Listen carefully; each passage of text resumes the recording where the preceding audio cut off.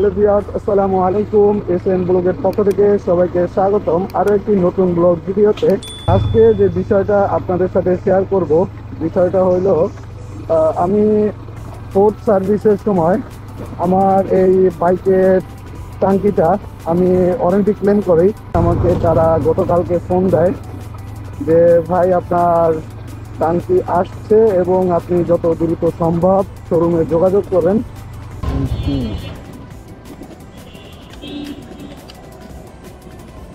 1 2 3 নম্বর serial.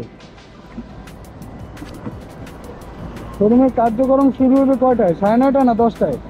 9:30 না 10টায়? Fuel ট্যাঙ্কটি পরিবর্তন করার আগে গাড়িটি ভালোভাবে ওয়াশ করা হচ্ছে।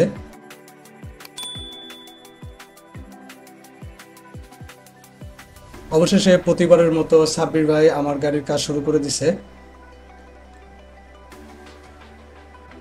তো এই কাজটা করার জন্য আসলে অনেক সময়ের প্রয়োজন, কারণ এই টাঙ্কিটা পুরোপুরি খুলতে হবে এবং এটি পরিবর্তন করতে হবে।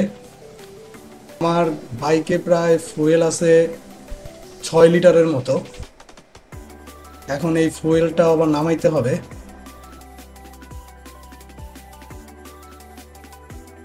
এখান থেকে ফুয়েলটা আসলে এই ড্রামের ভিতরে লোড হইতেছে, পরে আবার এইটা থেকে আমার নতুন টাঙ্কিতে শিফট করা হবে।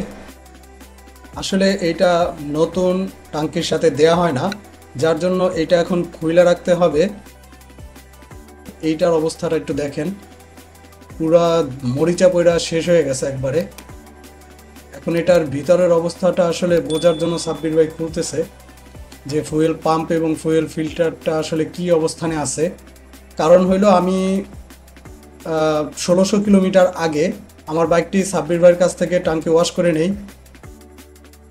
আজব অবস্থা, 1600 কিলোমিটার বাইক রাইড করাতেই এই অবস্থা হয়েছে। এটা আসলে কোনো তেলের ময়লা না, এটা হলো আপনার টাঙ্কির জং বা মরিচা যেটা আমরা বলি। এটা হলো ফুয়েল পাম্প যখন তেল ইনজেক্টরে যখন প্রবেশ করার জন্য টানে, তখন আর কি এই জং বা মরিচাগুলো এগুলো সব কিছু আর কি নিচের দিকে আসে, তো আইসা এগুলো ফুয়েল ফিল্টারের সাথে আটকায়। এটা হলো প্রথম ওয়াশ করা হইতেছে আপনার হাই প্রেশার পানির মাধ্যমে। প্রতিটা পার্টসই ওয়াশ করা হইতেছে। এটা হলো ফুয়েল ফিল্টার, এটা আর কি 1600 কিলো ইউজ করছি, এর জন্য সাবির ভাই বলতেছে যে এটা চেঞ্জ করার দরকার না, আমি ওয়াশ করে দিতেছি।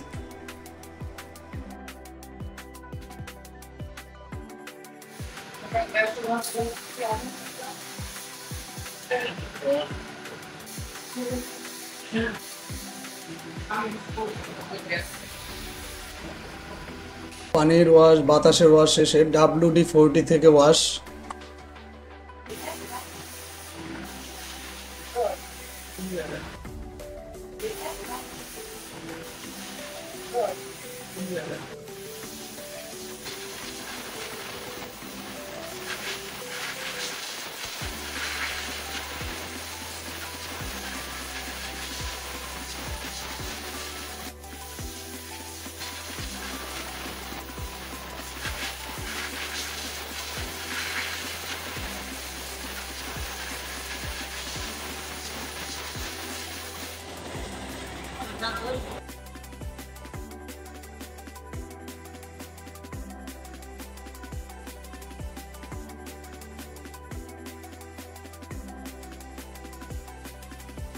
দুইটা ওয়াশ দেওয়ার পরে এইরকমের অবস্থা আর কি। এটা হলো সর্বশেষ ওয়াশ, এটা হলো অকটেন দিয়ে আবার প্রতিটা পার্টস একইভাবে ওয়াশ করা হবে।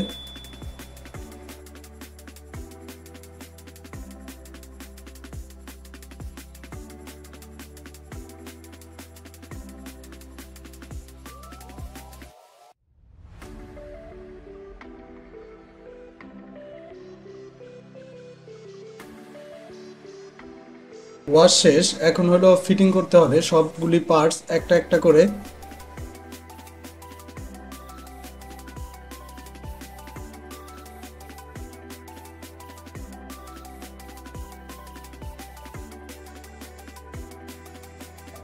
এইটার মাধ্যমে আসলে ফুয়েল সেন্সরটা আসলে কাজ করে, মিটারে শো করে যে আপনার কত দাগ ফুয়েল অবশিষ্ট আছে।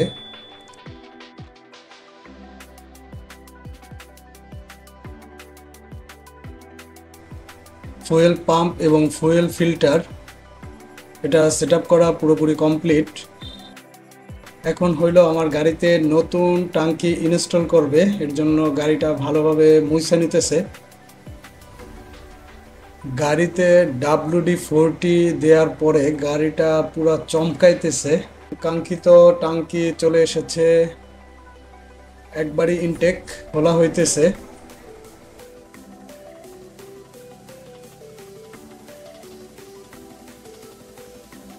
এই যে বহুল অপেক্ষার পরে টাঙ্কি পেলাম,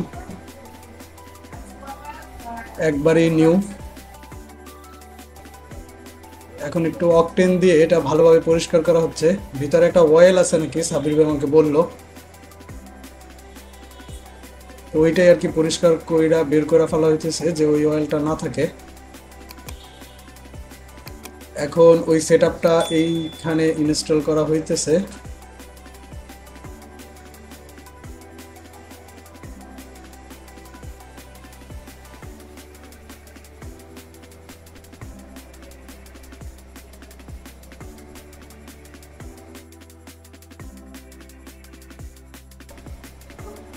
এখন পুরনো টাঙ্কি থেকে রাবারগুলি খুলে এটা লাগানো হইতেছে, কারণ নতুন টাঙ্কির সাথে আসলে এই রাবারগুলা থাকে না।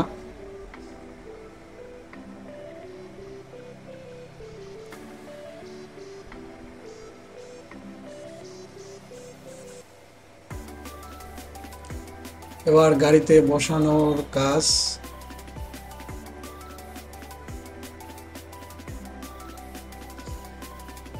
টাঙ্কিটার শাইনিংটা কত জোস!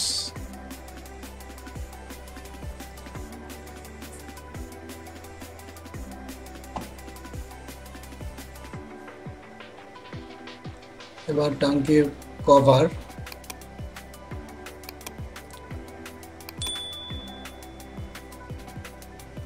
আরো একটা বড় ঝামেলা যেটা এখনো রয়ে গেল সেটা হলো এই টাঙ্কির ভিতরে আবার তেল ভরতে হবে। এইটা আর একটা ঝামেলা। যাই হোক, অবশেষে একটা টেকনিক বের করে এটা বের করা হইতেছে।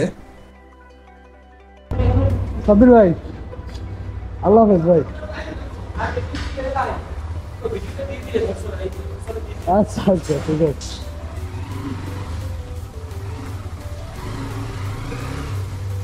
তো শোরুম থেকে কাজ শেষ করলাম। নতুন ট্যাঙ্কি, কিন্তু এখন পর্যন্ত আর কি শিওর না যে আসলে এটা কতদিন যাবৎ সার্ভিস দেয়, আবার নাকি আবার জং কইরা যায়। সব ব্যাপার নিয়ে সবাই আমরা যারা ইউজার ছিলাম সবাই বসে বসে আলোচনা করতেছিলাম যে কার বাইকে কী কী সমস্যা। তো ম্যাক্সিমাম বলতে যাদের 2-1 মাস হয়েছে তারা ছাড়া